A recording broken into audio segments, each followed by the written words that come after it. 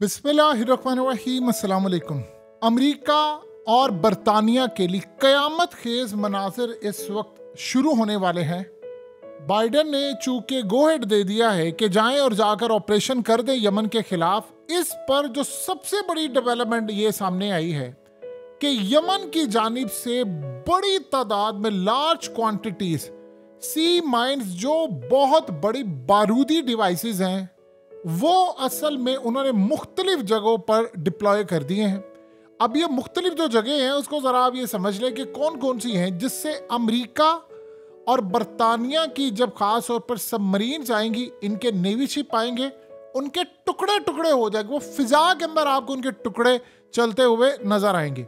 ये असल में इस वक्त इन्होंने हुदैदा, ये की पोर्ट सिटी है वेस्ट कोस्ट यमन की जानिब से, और इसके बाद अल सलीफ, रास अब्बास, पोर्ट ऑफ अल लहैया, ये तमाम की तमाम, और इसके अलावा अननोन लोकेशंस हैं जहां पर अमेरिका ने नेवी के इतने इतने बड़े जो ख़ास तौर पर मामलात रखे हैं, डिस्ट्रॉयर्स हैं, सबमरीन है और पता नहीं क्या कुछ है, वो यमन पर हमले के लिए लेकर आ रहे हैं। अब प्रॉब्लम सबसे बड़ी ये है कि अमेरिका के पास कोई इंटेलिजेंस मालूमात नहीं है जो सबसे बढ़कर अपडेटेड होती है कि लेटेस्ट पता चले इंटेलिजेंस मालूमात है कि इन्होंने यहाँ किया, वो कुछ भी नहीं है। उन्होंने डिप्लॉय कर दिए हैं। जैसे ही अमेरिका और बरतानिया के नेवी के शिप जो हैं वो आगे आएंगे हमला करने के लिए, उनके परखच्चे उड़ना शुरू हो जाएंगे और इसका जो सरफेस है पूरे का पूरा वो तबाह हो जाएगा। यानी आप ये समझ लें कि कोई डिस्ट्रॉयर, जहाज और ये तमाम चीज़ें जो हैं, इनके साथ जो होगा वो आप अंदाजा कर सकते हैं। इनके डिस्ट्रॉयर, वॉरशिप, सबमरीन, वो सारी की सारी डूबना शुरू हो जाएंगी। क्योंकि जब नीचे से, ये असल में आप इसको समझ लें कि ये ड्रोन्स हैं, समंदरी ड्रोन्स हैं जो कि इन्होंने रखे। जैसे आपने अक्सर औकात देखा होगा, ये हमास ने भी हालिया क्या किया था, सुरंगों के अंदर माइंस थी, डिवाइसेस लगाई हुई थी। ये सारे जाते थे इजराइल के फौजी, इनको पता नहीं होता था, अंदर घुसे और अंदर घुसने के बाद इनके परखच्चे उड़ गए। एग्जैक्टली यही सूरत हाल है कि बावजूद इसके कि इजराइल के पास एडवांस टेक्नोलॉजी है, वो डिटेक्ट नहीं कर पा रहे, उनको अंदाजा नहीं हो पा रहा अंदर क्या चल रहा है। तो उन्होंने काम ये किया कि इस सारे मामले के अंदर हाई लेवल की एडवांस टेक्नोलॉजी इस्तेमाल की, उसके बावजूद उनको शिकस्त होगी, उनके फौजी मारे गए। ये तो हमने बड़ी डेवलपमेंट देखी।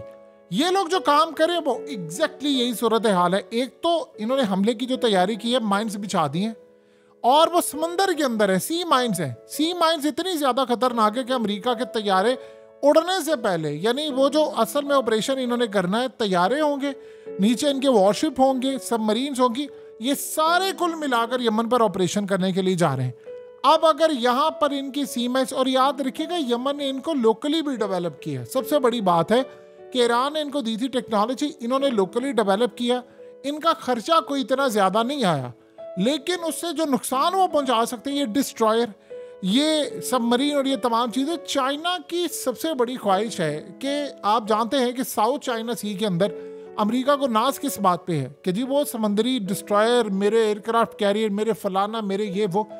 याद रखिएगा, अगर पहली अटेम्प्ट हो, दूसरी हो, तीसरी हो, पहला फेज जिसको हमको बोलते हैं, ये पहले फेज के अंदर अमेरिका की नेवी तबाह होना शुरू हो जाएगी, इसके डिस्ट्रॉयर तबाह हो जाएंगे, तो फिर एयरक्राफ्ट कैरियर आएगा। एयरक्राफ्ट कैरियर वो चीज़ है जिसके लिए आप ये देखें कि नॉर्थ कोरिया ने न्यूक्लियर ड्रोन टाइप कोई चीज़ आप कह लें इसको, यानी समंदर के अंदर मार करने वाला एटमी मिसाइल उसका तजर्बा किया, जिससे उसने असल में टारगेट करना है अमेरिका की सबमरीन्स को, और अमेरिका के न्यूक्लियर सबमरीन जो है उनको एक तो टारगेट करना है। दूसरा सबसे बड़ी बात है कि उन्होंने एयरक्राफ्ट कैरियर को टारगेट करना है, जिसके ऊपर 60 से लेकर 180 के करीब तैयारे आते हैं, चाहे वो F-22 हो, F-35 हो या कोई भी हो, वो सारे के सारे तबाह हो सकते हैं। और किस डायरेक्शन से आएंगे किसी को नहीं पता। तो इस वक्त जो सूरत हाल ये पैदा हुई है, एक तो इन्होंने काम ये करना है कि हम इनकी जो नेवी का मामला है, क्योंकि ये सारे जो आप ऑपरेशन है ये यमन के खिलाफ वो ऐसे नहीं कर सकते कि ये फिजा से। अब यमन ने तैयारी करके रखी है कि अमेरिका और बरतानिया के जो एयरक्राफ्ट आएंगे, जेट्स, उसको हमने फिजा में तबाह करना है। ये उनका प्राइमरी टारगेट हो गया इस वक्त। और दूसरी जानिब अब ये रेड सी पर ये जो माइंस है उन्होंने इस जानिब लगाई हैं कि अमेरिका ने आगे बढ़कर जो हमला करना है, देखिए एक सर्टन लेवल पर अगर अमेरिका हमला करता है तो वो कामयाब नहीं होगा, क्योंकि यमन के अपने मिसाइल, उनकी फोर्सेस, उनके खास तौर पर ड्रोन्स, वो जाकर जब हमला करते हैं तो अमेरिका ने एक तो अपना बचाव करना है, बचाव के साथ साथ उसने हमला भी करना है। दो चीजें हैं, अपने आप को भी बचाना है और यमन को भी उन्होंने मिसाइल मार रहे हैं। तो आप ये देखिए, फिजा से तो चले आपको समझ आती है कि जी फिजा से आ रहा है, डिटेक्ट हो गया। समंदर की जो माइंड्स है वो डिटेक्ट करने के लिए इनके पास कोई चीज नहीं है और इनके पास कोई इंटेलिजेंस मालूमात भी नहीं है कि कहां पर इन्होंने डिप्लॉय किए, कहां पर नहीं। रेड सी के अंदर यमन ने पिछले काफी सालों से बड़ा वर्क हार्ड किया है, उनको समंदर के एक एक चप्पे का पता है। और मजे की बात आप देखिए कि सऊदी अरब से लेकर बाकी मिस्र से लेकर जितने मिडिल ईस्ट की कंट्रीज हैं, उन्होंने झंडी दिखा दिया अमेरिका को। उन्होंने कहा कि आप खुद ये जंग जाकर लड़े, हमने आपके साथ जंग नहीं करनी, ना लड़ाई करनी है। अब बड़ी खबरें सोशल मीडिया पर आई, जी ये हो गया वो हो गया। कोई ऐसी सूरत हाल नहीं है, ये सारी की सारी जाली खबरें थी। बल्कि आप सोचे, अमेरिका ने वाशिंगटन पोस्ट, न्यूयॉर्क टाइम्स, हर जगह कह दिया जी वो मेरे साथ सऊदी अरब और बाकी सारे ममालिक है। उन्होंने बड़ी अक्लमंदी का मुजाहरा किया कि जंग जो है लोग किसके खित्ते में लड़, मिडिल ईस्ट में लड़े हैं ना, तो तुम्हारे मुल्क के अंदर तो नहीं जंग लड़ी जा रही। 12,000 किलोमीटर वो दूर अमेरिका बैठा हुआ है, वहां तो सब सुकून है। मिडिल ईस्ट को तुमने जहन्नुम बनाया हुआ है, तो हम क्यों तुम्हारे साथ लड़ाई करें तुम्हारी जंग के अंदर। हाँ, इतना शौक है तो जाकर इसराइल को जंग बंदी कर दे। किसी की जमीन को कब्जे में लेकर तुम कहते हो हमने फलस्तीन खा लेना, हमने फलाना खा लेना। बिल्कुल सही बात कही थी पुतिन ने, बिल्कुल सही बात कही थी शी जिनपिंग। उन्होंने कहा था अमेरिका का गला पकड़ो, आप इसराइल के पीछे पड़े हुए हो, अमेरिका को तबाह करो, उस तोते को तबाह करो जिसमें इसराइल की जान है। आप उस तोते को पकड़ लोगे तो इसराइल कुछ भी नहीं है। और ये बात बिल्कुल ठीक थी। आप देखें, इतने परले दर्जे के मुनाफिक लोग हैं, इतने घटिया लोग हैं, यानी इतना खून इनके हाथों पर है मुसलमानों का कि आप देखें अमेरिका, मैं नहीं चाहता, बाइडेन कहता मैं जंग ना हो, फलाना हो। और हालत और औकात ये है कि असला भर भर के इसराइल को दे रहे हैं और साथ साथ कह रहे हैं इनको सिर्फ अगर कोई लीस्ट चीज है अमेरिका को कि अगर आप सोच लें कि वो जंग नहीं चाहता तो एक वजह है, इसके अलावा कोई वजह नहीं। तो मुसलमानों से कोई हमदर्दी नहीं है, सिर्फ ये है कि इलेक्शन हो रहा है और वहां पर जो इस्टेब्लिशमेंट है अमेरिका की, उसके पैरों तले जमीन निकली हुई है। उसको पता है इस दफा इलेक्शन जीतना उनके लिए बिल्कुल अजाब है। और अगर याद रखिएगा, ये रेशो इसी तरह रहती है 25% और 75%। इनका बाप भी इलेक्शन नहीं जितवा सकता। आप कितनी धांधली कर लेंगे, 2%, 5%, 10%, आप 25% को 50%, 52% नहीं बना सकते।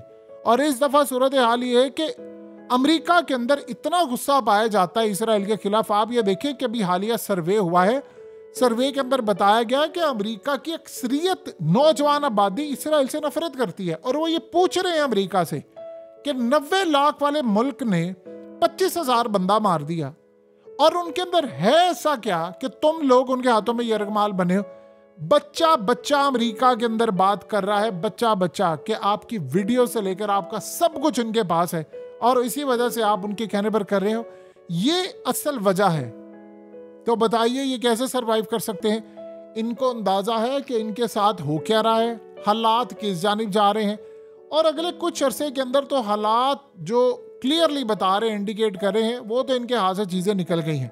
अब सोचिए जरा, अमेरिका यहाँ पर जा रहा है, इनके वॉरशिप आ रहे हैं और वो तबाह होना शुरू हो गया। यमन के, याद रखिएगा, अभी तक जो फिजा से आ रहे हैं मिसाइल और ड्रोन्स आ रहे हैं वो अमेरिका से बर्दाश्त नहीं हो पा रहे, उसको मैनेज नहीं कर पा रहा अमेरिका।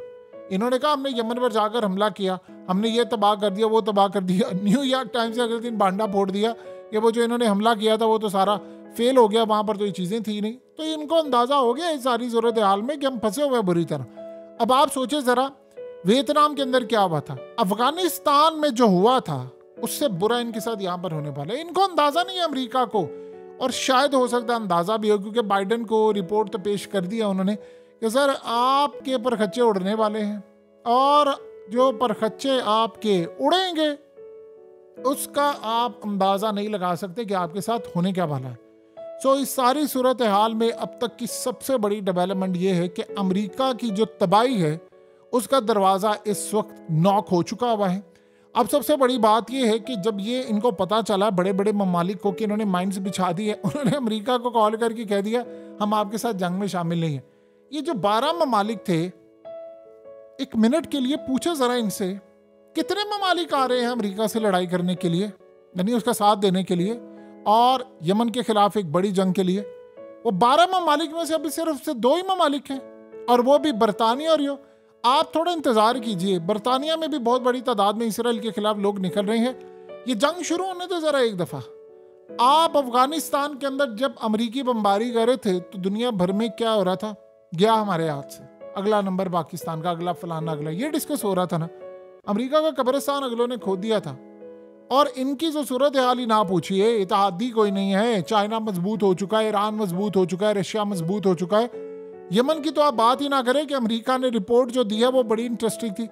उन्होंने कहा कि एडवांस वेपन्स पहुंचा दिए हैं यमनियों को, और यमन की पूरी कौम सड़कों पर निकली हुई है, और वो कह रहे हैं कि एक दफा किसी तरह अमेरिका से हमारी जंग छिड़ जाए। बल्कि मजे की बात क्या है कि यमन पूरा इस वक्त एक दुआ कर रहा है, ऐसी कोई सूरत हाल बने कि अमेरिका के जो फौजी हैं वो यमन के अंदर उतर जाएं।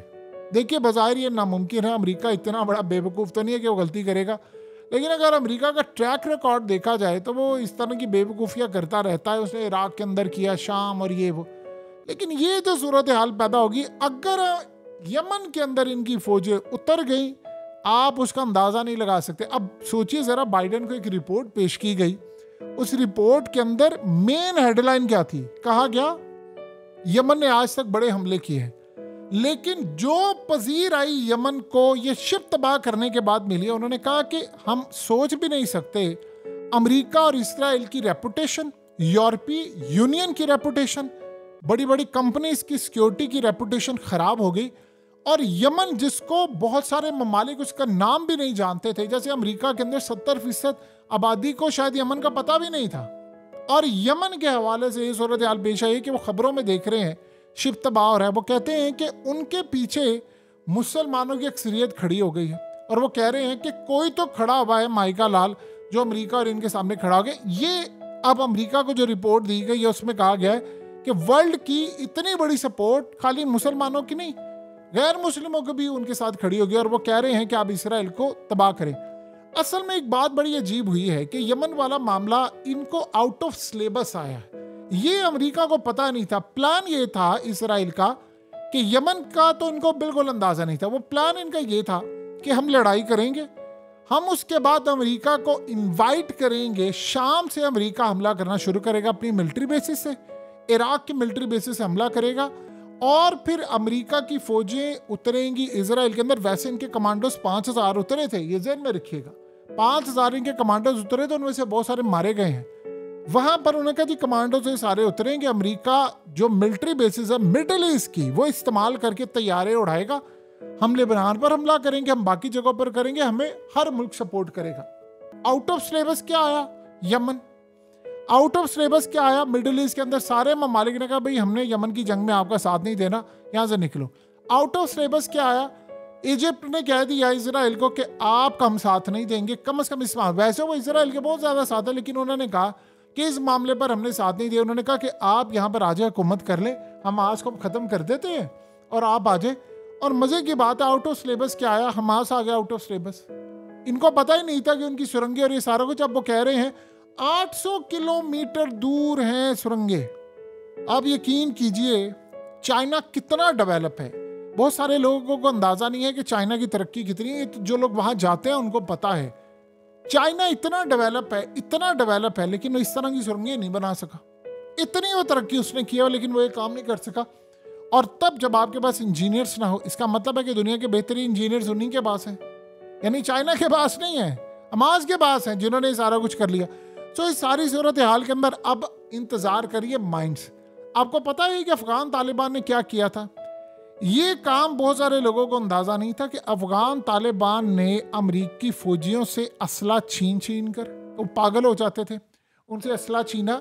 इतना वो उनके खौफ में मुब्तला हो गए थे कि जब वो उनके सामने आते थे तो उनको लगता था मार देंगे, वो असला छोड़कर भाग जाते थे। बल्कि जब उनको 3-4 जगहों से घेर लिया जाता था तो कई दफ़ा ऐसा हुआ कि उन्होंने कहा कि हम असला छोड़ देते, असला उनकी तरफ फेंक देते थे कि हम भाग रहे हैं, और वो कहते थे कि उनको नहीं मारते थे। इस तरह असला, बजूका, नाइट विजन ले लेकर, अमेरिका के हथियार ले लेकर, ईरान ने चूंकि ब्लैक मार्केट से दिए, बाद में रशिया ने भी दिए, तो लेकर उन्होंने अमेरिका को मारा था। अमेरिका की और वो आउट ऑफ सिलेबस आ गई थी ये सारी चीजें। तो अमेरिका के पास अब क्या है माइंड्स में, इनको जाने दे जरा एक दफा जंग में, आप देखेंगे इनके साथ होता क्या है। सोचिए जब अमेरिका को ये रिपोर्ट पेश की गई थी कि आप अफगानिस्तान की जंग में जाएंगे तो हारने के चांसेस है 0.1%। 99.99% चांसेस आप जीतेंगे। वो जंग अमेरिका बदतरीन तारीख में हारा। तो जब बाइडेन को रिपोर्ट पेश की गई है कि आप यमन की जंग जो है वो सिर्फ 0.1% चांस है आपका जीतने का, तो आप सोचें इनके साथ अब होने क्या लगा। सीट बेल्ट बांध दे, बड़ी तबाही होने वाली है।